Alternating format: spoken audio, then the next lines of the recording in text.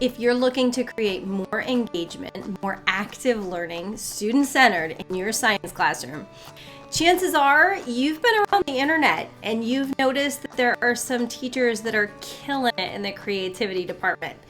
And when you have comparisonitis, it could feel a little bit like you weren't gifted the creative gene. I'm here to tell you today that is absolutely not true. We all have creativity inside of us, and I'm going to share with you a hack to open your mind and allow you to really realize the potential that's already in you to be super creative.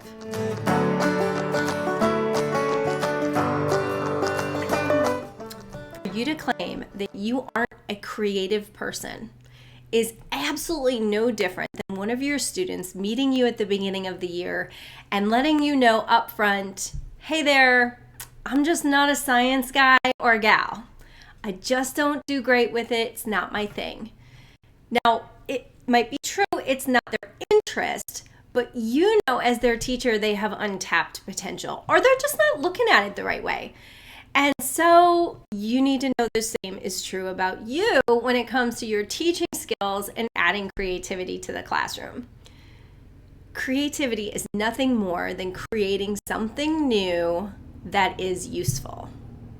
And I'm going to spend the first few minutes here today with you to tell you that you do it all the time. As teachers, we create lesson plans. We create and assemble content. A whole lot like a chef works with existing ingredients and puts them together to create a delightful dish. If you're watching this, chances are you're already really interested in being that teacher who transforms content for students. So you're assembling content. You're creating something. You create tests and quizzes for assessment. You create expectations.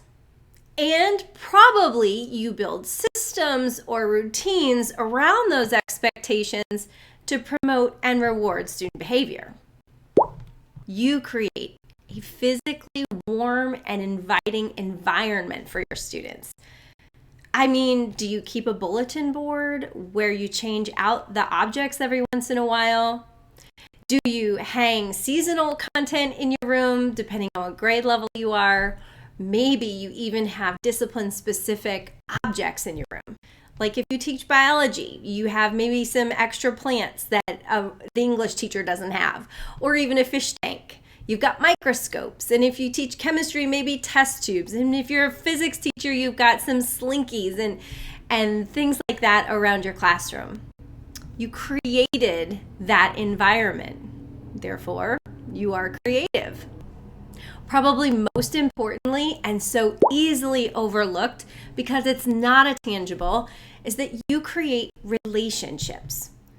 And those relationships are distinctly and uniquely you. I can remember back to my schooling when I was in high school, middle school, and elementary school. A few of them really stood out. I had relationships with teachers that were different even from other students with those same teachers. One student thought the algebra teacher was a real stickler and he was real strict. And I really viewed that he pushed me and he motivated me to always do better. And then I can remember the teachers who really just cracked jokes all the time to keep the atmosphere really light. And then there were teachers who were just super enthusiastic. And the relationship they created between me and the content was greater because they were just oozing enthusiasm and excitement about it. So don't overlook the potential you have and what you're probably already doing to create and foster strong, uniquely you relationships with your students. And to that end, we create connections. We help create connections with and among other students. We help create connections with students and other teachers. We help create connections with students and the content. All of these hats we wear that in their basic foundations are in fact creative. Now, I totally get it though. If you are watching me still, you're thinking, she's not telling me a hack for creativity.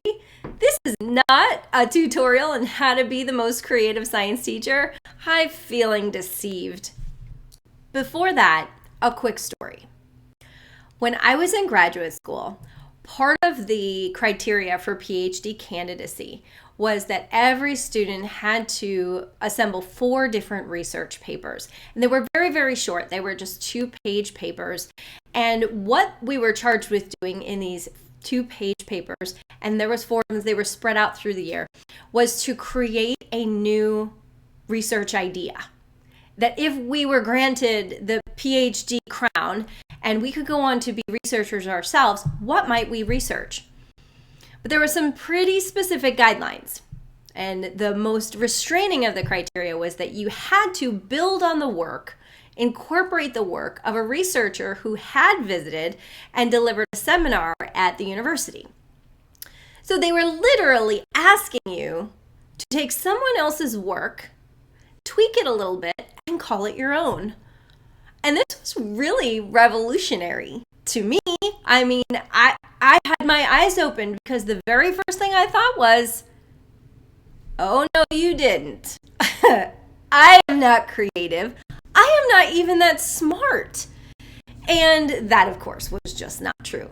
But this is, in fact, where I learned the creativity hack. Creativity is often just about mashing up 2 separate, already existing ideas. Now, I did successfully write my 4 papers. Some might suggest that that activity gave me a PhD in capital B, capital S. But I digress. My own graduate research in chemistry had me attaching small molecules to a peptide-like backbone. So these small molecules had the ability, the function to be support electrochemical behavior or fluorescence. And this peptide-like backbone was slightly different than a real peptide backbone. And it was something else that a different researcher had conjured up. And my research advisor had clicked the 2 together. So we took 2 molecules discovered or supported, characterized by 2 different researchers, and put them together to create a new material with what we had hoped would be customizable functionality.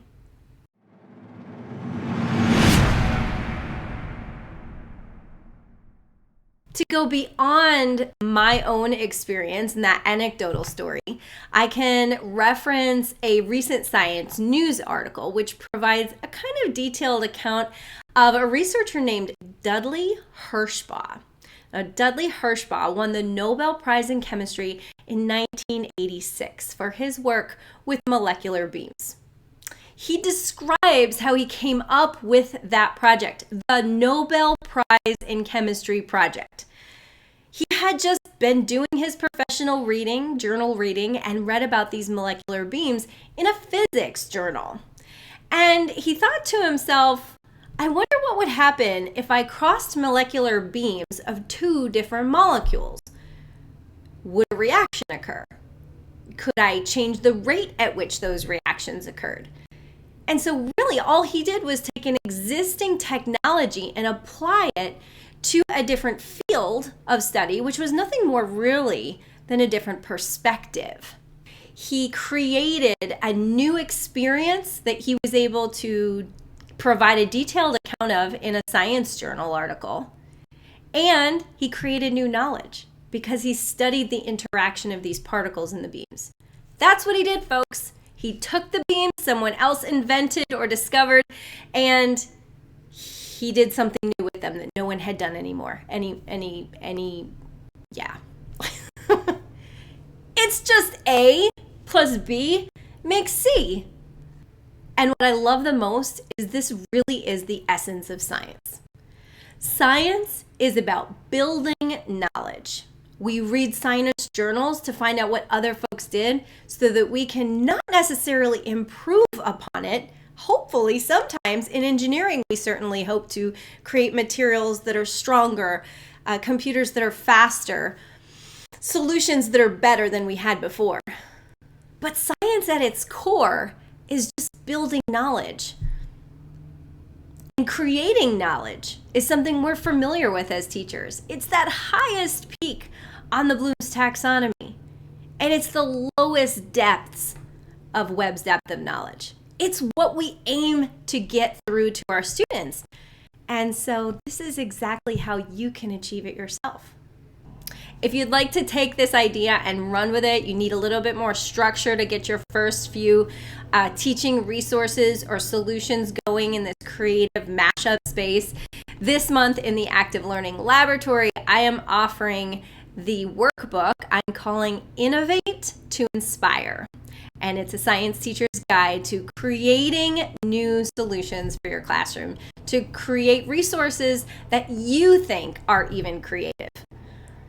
This is the exact same process I've used to create so many of the products I share with the science teachers I seek to support. Things like my digital planner, which incorporates not only an annual and a monthly calendar, but a weekly calendar that teachers can use to monitor daily student activity and then look back on, reflect upon for insight into future teaching lessons in the future and individual student use. I've also used this process to create my Super Science Sticker reward system.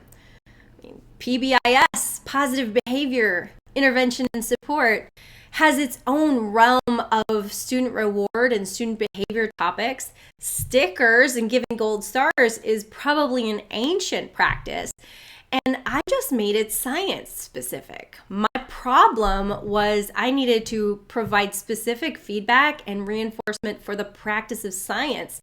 And so I just made some specific stickers to go along with that process, put it inside of a calendar, made a tracking tool, and voila.